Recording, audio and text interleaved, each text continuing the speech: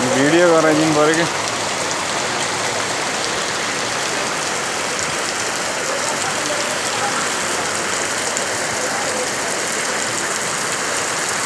काठमाडौँको बाडी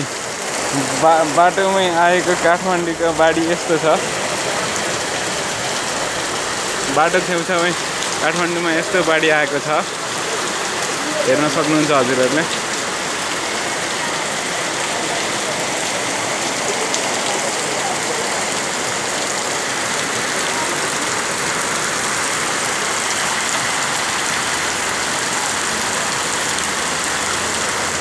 पानी जहाज चलाउन मिल्छ जस्तो छ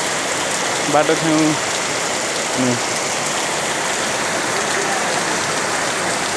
हेर त कान्छा कस्तो आइडिया हाँ मैं खड़ा हो जाएगी पौड़ी खेलनी हो तो इसमें क्या बन रहा है माँ बोलो एकचोटि के भन्ने ल के भन्ने ल बोल कहाँ पठाउने यो नेटमा कति गाल्नु हट्न भिजै छ ल त्यहाँ जाऊ उम्ब्यौ त्यो पानी त्यहाँ पानीमा कति आउँछ घोडा उम्बा त एकचोटि हाँ के नेट पर हम चल जाने वाला कभी दहाई थी पानी परेको अवस्था और भैया को ना नेट पर